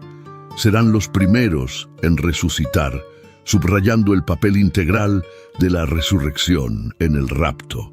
Esta resurrección no es solo un despertar espiritual, sino que implica una transformación del cuerpo físico que refleja el poder y la gloria de la propia resurrección de Cristo. Para los creyentes, el rapto es una fuente de esperanza y aliento. Es un recordatorio de la victoria final de Cristo y de la vida eterna prometida a aquellos que confían en Él. Sin embargo, el momento exacto del rapto sigue siendo un misterio.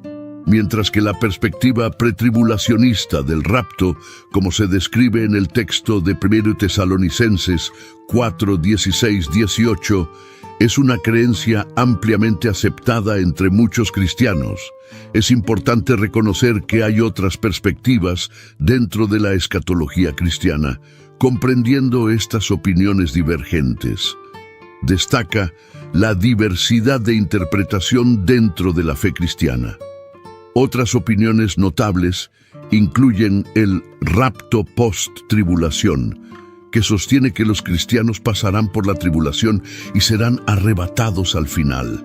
El rapto en la mitad de la tribulación, cuyos defensores creen que ocurrirá en el punto medio de la tribulación, y el rapto pre-ira, que sugiere que ocurrirá entre el punto medio de la tribulación y antes de que se derrame la ira de Dios en las etapas posteriores. El amilenarismo y el postmilenarismo tienen diferentes entendimientos del milenio y la secuencia de eventos del fin de los tiempos, con menos énfasis en un evento de rapto como se concibe típicamente en el pretribulacionismo. Una señal reveladora de un cristiano inmaduro es aquel que cree que solo las personas cuya teología coincide al 1% con la suya irán al cielo. La verdad es que en el cielo habrá personas cuya teología no coincida al 100% con la tuya. Es vital que los cristianos reconozcan que la escatología, al igual que muchos temas teológicos, es compleja y multifacética. En el cielo, podemos esperar encontrarnos con creyentes de diversas denominaciones y antecedentes con diferentes comprensiones teológicas. Es crucial no permitir que estas diferencias conduzcan a la división o hostilidad entre los creyentes. En cambio, nuestro amor compartido por el Señor Jesucristo debería unirnos. Evento profético número 2, la construcción del tercer templo. La historia avanza en una línea, hubo un comienzo y habrá un final. Dios tiene la historia en una línea de tiempo, como atestigua la Biblia. Nos asegura que nos movemos a lo largo de una línea de tiempo de eventos proféticos programados. Dentro de esta línea de tiempo y en las Escrituras, especialmente en la escatología cristiana, una y otra vez vemos aparecer un templo. Este templo se convierte en un jugador central en la narrativa de los últimos tiempos, un punto focal de anticipación y advertencia. Los textos proféticos señalan un momento en el que el templo volverá a estar en pie en Jerusalén, sirviendo como cumplimiento de la profecía y catalizador de eventos que se desarrollan. La reaparición del templo en los últimos tiempos no es una mera recurrencia histórica, es una cita divina, un momento crucial en el plan redentor de Dios. Mientras vivimos a la sombra de estas promesas proféticas, el papel del templo en los eventos en desarrollo de la historia se hace cada vez más evidente.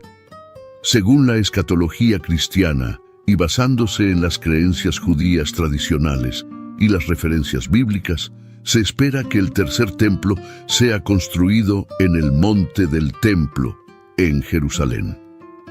El Monte del Templo es un sitio de profundo significado religioso para cristianos y judíos.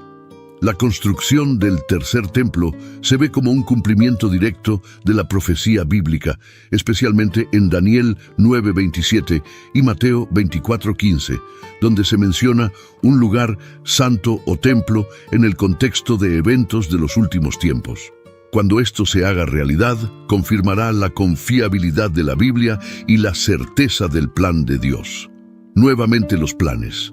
Daniel 9:27 confirma que Él hará un pacto con muchos por una semana. A la mitad de la semana pondrá fin al sacrificio y la ofrenda, y en el templo establecerá una abominación que causa desolación hasta que se derrame el decreto final sobre él. Mateo 24:15-16 dice: Cuando vean estar de pie en el lugar santo la abominación que causa desolación, hablada por el profeta Daniel, el que lee entienda. Entonces los que estén en Judea huyan a los montes. 2 Tesalonicenses 2:4 señala que Él se opondrá y se ensalzará sobre todo lo que se llama Dios o es adorado, colocándose en el templo de Dios, proclamándose a sí mismo como Dios. Evento profético número 3, el surgimiento de la primera bestia. Apocalipsis 13 nos presenta una figura formidable que no es otra que el anticristo emergiendo del mar. Esta primera bestia se representa con 10 cuernos y 7 cabezas, simbólicos de su inmenso poder y autoridad. El dragón, que representa a Satanás, le otorga a esta bestia su poder, trono y gran autoridad. Esta bestia que encarna al anticristo no es solo un poder político, sino una entidad blasfema que se opone a todo lo que pertenece a Dios. Es un hombre energizado por las puertas mismas del infierno. El mundo entero se maravilla ante la bestia, y su influencia se extiende a todas las tribus, pueblos, lenguas y naciones. El ascenso al poder del anticristo estará marcado por su representación como un hombre de paz, un líder carismático que surge del caos de la inquietud global. Ofrecerá soluciones a los innumerables problemas del mundo, seduciendo a muchos con promesas de estabilidad y armonía. Aunque no estoy diciendo que el anticristo vendrá en 2024, la verdad es que no sé cuándo vendrá. Sin embargo, mi punto es simple. Les insto a observar la desesperada necesidad del mundo y sus llamados a la paz. Y también a considerar la descripción bíblica de cómo el anticristo se levantará como un hombre de paz. A veces me pregunto cómo el anticristo unirá al mundo en paz y lo hará aceptar solo a él como su líder. El hecho de que el mundo se unirá bajo el liderazgo de un solo hombre debería mostrarles varias cosas, una de las cuales es el nivel de engaño y el poder puro del engaño del anticristo. ¿En qué momento de la historia toda la humanidad ha escuchado y obedecido el gobierno de un solo hombre? ¿En qué momento de la historia el mundo se ha unido en paz bajo el gobierno de un solo hombre? ¿En qué momento de la historia el mundo ha visto a un solo hombre como Dios? ¿En qué momento de la historia la gente ha dejado de lado sus ideologías sociales y políticas para seguir a un solo hombre? ¿En qué momento de la historia toda la humanidad ha dejado de lado sus creencias religiosas para adorar a un solo hombre? ¿En qué momento de la historia se ha exigido al mundo entero llevar una marca o símbolo como un medio de lealtad a un solo líder? ¿En qué momento de la historia ha existido un sistema económico global tan controlado que comprar y vender son imposibles sin lealtad a un solo gobernante? ¿En qué momento de la historia un líder ha logrado realizar signos y maravillas en una escala tan grande que engañan a naciones? ¿En qué momento de la historia una sola figura política ha logrado negociar la paz en el Medio Oriente, especialmente entre Israel y sus vecinos? ¿En qué momento de la historia un líder ha surgido con tal carisma y autoridad que su gobierno es aceptado en diversas y a menudo conflictivas fronteras culturales? La Biblia nos dice cuándo sucederá esto, y eso es en Apocalipsis 13, con la introducción del Anticristo. Evento profético número 4. El surgimiento de la segunda bestia. Después de la primera, surge la segunda bestia de la tierra. Esta entidad es el falso profeta, un líder religioso que dirige a los habitantes del mundo para que adoren a la primera bestia. El falso profeta realiza grandes señales, incluso haciendo que descienda fuego del cielo a la vista de los hombres. Engaña a aquellos que moran en la tierra con estos signos. Crucialmente, esta bestia implementa la infame marca de la bestia. Sin esta marca en la mano derecha o la frente, nadie puede comprar ni vender. Esta marca, el nombre de la bestia o el número de su nombre, se convierte en un símbolo de lealtad al anticristo. El falso profeta, a través de maravillas engañosas y un estricto control económico, lleva al mundo a una mayor rebelión contra Dios. En estas dos bestias vemos la culminación del poder mundano y la falsa religión en el contexto de los últimos tiempos. Su surgimiento marca una escalada significativa en la batalla espiritual, preparando el escenario para la confrontación final. Entre el bien y el mal, evento profético número 5, la Gran Tribulación. La tribulación es un periodo de 7 años. Este periodo de 7 años no comienza inmediatamente después del rapto, sino que inicia después de un tratado de paz con Israel y sus vecinos. Un tratado de paz negociado por la primera bestia. Esta era está marcada por el mal desenfrenado que abarca desastres naturales, guerras y enfermedades, y culmina con el anticristo en su núcleo. Sirve para alertar a la humanidad sobre el juicio inminente de Dios e incluye la aparición de 2 testigos divinos. A pesar de sus horrores, será un tiempo de un despertar espiritual significativo. Se espera que ocurran varios eventos importantes, que incluyen la aparición de los 4 jinetes del Apocalipsis, que representan conquista, guerra, hambruna y muerte, el sonido de 7 trompetas, cada una señalando juicios y catástrofes diferentes. El surgimiento de Abadón o Apolión, conocido como el Destructor, quien lidera un ejército de langostas causando plagas y sufrimientos, y el derramamiento de 7 copas de la ira de Dios, resultando en destrucción adicional y plagas. Estos eventos son algunos de los muchos que caracterizan este periodo tumultuoso. Nuestro Señor Jesucristo, al hablar sobre este periodo de la gran tribulación, afirma en Mateo 24:22, «Y si aquellos días no fuesen acortados, ninguna carne sería salva, mas por causa de los escogidos, aquellos días serán acortados». En otras palabras, Jesús está diciendo que la gran tribulación será tan severa que si se permitiera que continuara indefinidamente, nadie sobreviviría. Creo que como cristianos subestimamos en gran medida la escala y veracidad de la gran tribulación. Es un tiempo que el mundo nunca ha visto, tan severo que todo el cielo permanece en silencio durante media hora. Lucas 21:26. Aborda el impacto emocional y psicológico extremo que este período tendrá en la humanidad, ya que el versículo declara: desfalleciendo los hombres por el temor y la expectación de las cosas que sobrevendrán en la tierra, porque las potencias de los cielos serán conmovidas. Refleja el intenso temor y aprensión que experimentará la gente en respuesta a los eventos sin precedentes y catastróficos que se desarrollarán durante la tribulación. Este miedo no se debe solo a las calamidades terrenales como guerras, plagas y desastres naturales que forman parte de la narrativa de la tribulación, sino también a las perturbaciones cósmicas. Las potencias de los cielos serán conmovidas, que simbolizan la sacudida del orden establecido de las cosas. Evento profético número 6, la abominación de la desolación durante la tribulación. Mateo 24:15-18 dice: por tanto, cuando veáis la abominación desoladora de que habló el profeta Daniel en el lugar santo, el que lee, entienda. Entonces, los que estén en Judea, huyan a los montes. El que esté en la azotea, no descienda para tomar algo de su casa. Y el que esté en el campo, no vuelva atrás para tomar su capa. La abominación de la desolación, vista desde una perspectiva futurista en la profecía bíblica, particularmente en el libro de Daniel y en el Evangelio, señala un momento crítico en los eventos de los últimos tiempos.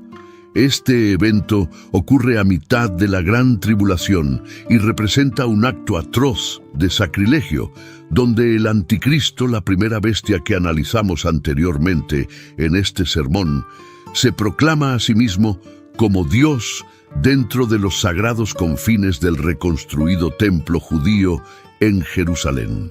Este evento profetizado en Daniel 9:27 marca un punto de inflexión profundo durante el período de la tribulación. Anuncia un tiempo de persecución y sufrimiento intensificado. Este acto de profanación no es simplemente un gesto simbólico, sino una escalada tangible y significativa en la secuencia de eventos proféticos, señalando la aceleración de los últimos tiempos y el juicio inminente de Dios. Marca un momento crucial en el desarrollo de la narrativa en curso. De la profecía bíblica subraya la gravedad de los tiempos y la urgente necesidad de comprensión y preparación espiritual entre los creyentes. Evento profético número 7. La segunda venida del Señor Jesucristo. Apocalipsis 19:11 dice: y vi el cielo abierto, y he aquí un caballo blanco, y el que lo montaba se llamaba Fiel y Verdadero, y con justicia juzga y pelea. La batalla de Armagedón, ambientada en el futuro a medida que la tribulación llega a su fin, será un conflicto tangible y significativo influenciado por fuerzas demoníacas. Los líderes mundiales reunirán sus ejércitos para un asalto integral a Jerusalén. Liderando esta ofensiva estará el anticristo, la primera bestia. Sin embargo, este momento de crisis también marcará la segunda venida crucial de Cristo, como se detalla en Apocalipsis 19. Cristo reaparecerá no como lo hizo en su primera venida, sino como un rey triunfante y justo, juzgando y haciendo la guerra, simbolizado como un guerrero en un caballo blanco, emblema de la victoria y la rectitud moral. El regreso de Cristo significa el fin del reinado del mal.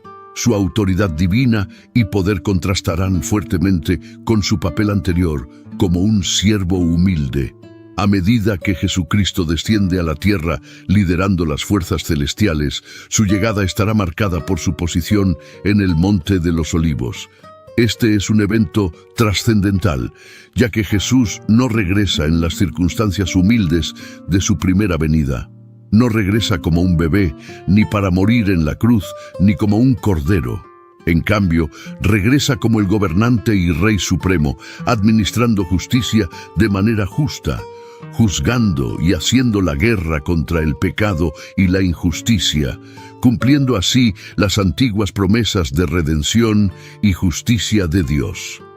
En la crítica batalla de Armagedón, Cristo y los ejércitos celestiales confrontarán directamente a las fuerzas del anticristo y el falso profeta. El resultado de esta batalla será la derrota total e inequívoca de estas fuerzas del mal.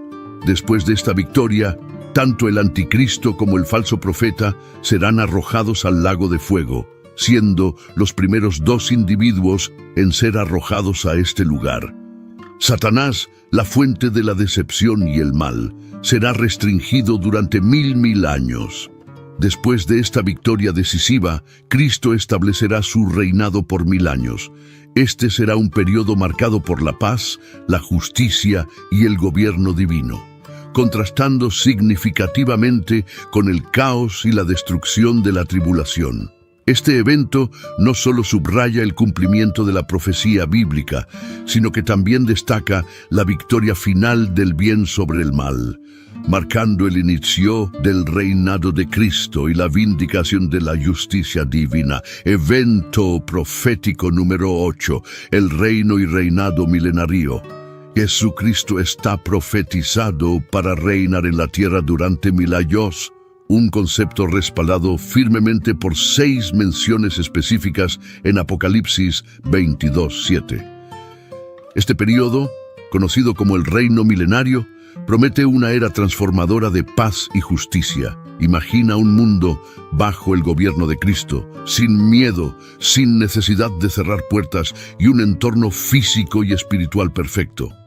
El reino milenario estará marcado por una paz completa y la atadura de Satanás, siendo esta era distinta de la paz temporal de la gran tribulación, yendo más allá de la calma engañosa traída por el anticristo. Apocalipsis 20 enfatiza repetidamente el milenio, subrayando su importancia. Se visualiza como una utopía práctica con Jesús reinando, llevando alegría, paz y prosperidad. Este tiempo presentará 2 grupos de personas, aquellos con cuerpos glorificados y aquellos con cuerpos terrenales naturales, sobrevivientes de la gran tribulación. A pesar de experimentar este gobierno divino, algunos se rebelarán contra Jesús después de la liberación de Satanás al final del milenio. Sin embargo, nuestro enfoque está en la gloria del reinado milenario. La visión del profeta Isaías en Isaías 11:10 ofrece una visión de este período, retratando un mundo armonioso donde enemigos naturales coexisten pacíficamente y los niños interactúan de manera segura con animales salvajes. Esta era será un tiempo en el que el conocimiento del Señor llenará la tierra como el agua cubre el mar. Este reinado milenario también traerá cambios profundos a la vida humana. La gente vivirá mucho más tiempo, recordando la era antes del diluvio. Isaías 65:20 sugiere que morir a los 100 años será similar a la muerte de un niño en este tiempo.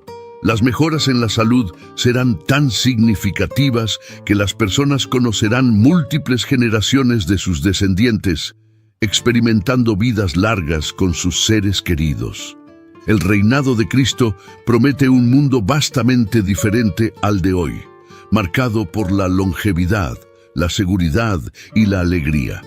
La sociedad será transformada, los niños jugarán seguros en las calles, las puertas permanecerán sin cerrar con llave y las personas caminarán sin temor durante la noche. El reinado de Cristo traerá un mundo seguro, eliminando la necesidad de que los padres adviertan a sus hijos sobre los peligros de la sociedad actual. En esta era, las personas vivirán vidas más largas y saludables e interactuarán con los animales a los que no nos acercaríamos hoy. Es una visión onírica que hace anhelar su llegada. El reinado de Cristo será un tiempo de seguridad, longevidad y conexiones familiares, donde la alegría del Señor cubre la tierra. Esta profecía nos llena de anticipación por un mundo bajo el justo gobierno del Rey Jesús, un mundo de dicha absoluta y seguridad.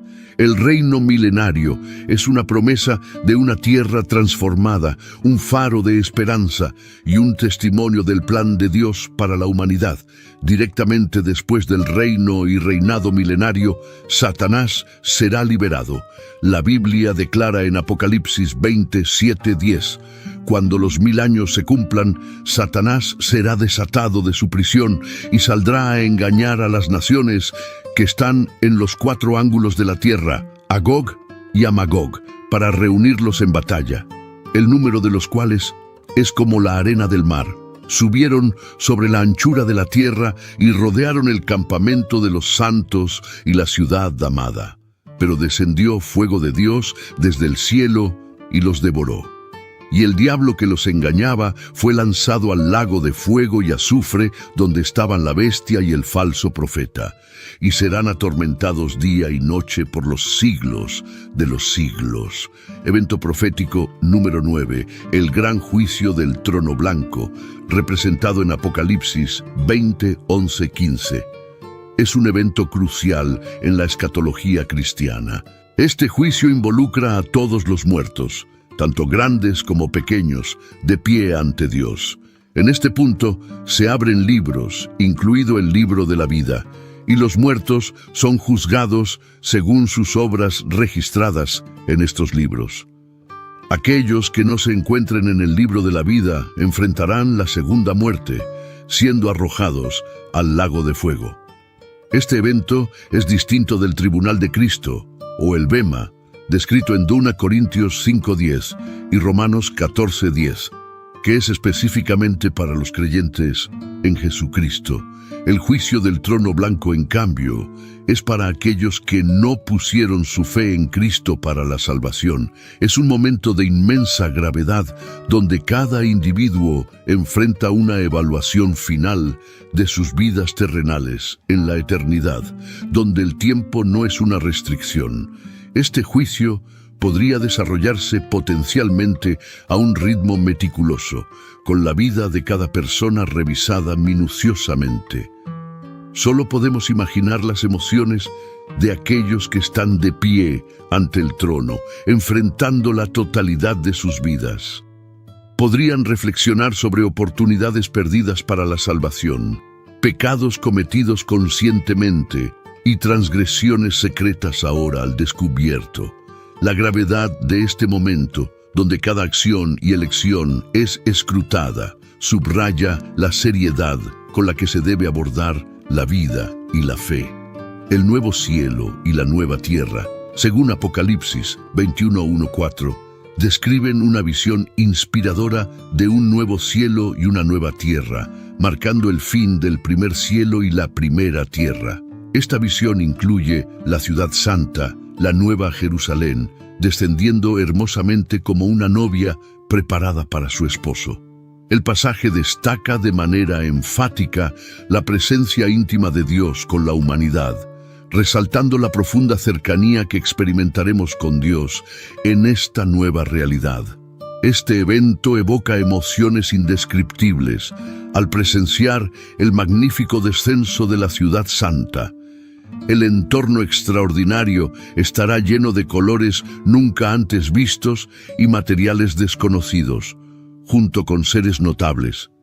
Se nos recuerda de las criaturas vivientes en Ezequiel con 4 caras y cuerpos cubiertos de ojos, representando un vistazo a las maravillas celestiales que podríamos encontrar. Esta nueva existencia implica un cambio transformador para nosotros también. Evolucionaremos de mortales a inmortales, experimentando una transición de lo corruptible a lo incorruptible. Este cambio es esencial, ya que nuestros cuerpos actuales, afectados por el pecado, no pueden resistir la gloria de Dios en el cielo. Veremos a nuestros seres queridos en perfecta salud, libres de enfermedad. La idea de presenciar a seres queridos en bienestar eterno, especialmente después de verlos sufrir en la tierra, brinda un inmenso consuelo y alegría. Nuestros nuevos cuerpos nos permitirán resistir la presencia de Dios. En Éxodo 33, 18, 23, Moisés no pudo ver el rostro de Dios y vivir, pero en el cielo veremos a Dios cara a cara. La escena estará llena de querubines, serafines e innumerables ángeles proclamando la santidad de Dios. En el cielo obtendremos una comprensión completa de la guía de Dios en nuestras vidas terrenales. Veremos cómo nos apartó del daño y las malas decisiones y nos bendijo más allá de nuestra comprensión. Esta percepción profundizará nuestra apreciación por la constante compañía y provisión de Dios. El descenso de la Nueva Jerusalén marca nuestros últimos momentos antes de entrar en la eternidad, un tiempo de paz incomparable. Esta paz contrasta fuertemente con las luchas y la ansiedad de nuestro mundo actual. En el cielo cada día superará el mayor día en la tierra, ofreciendo gozo, amor y paz ilimitados. Esta dicha eterna es una clara separación de las alegrías y tristezas temporales de la vida terrenal. La realización de estar en el cielo, finalmente alcanzando este paraíso prometido, nos llenará de asombro y gratitud. Pensaremos, estoy aquí, lo he logrado, abrumados por la belleza y perfección de nuestro hogar eterno.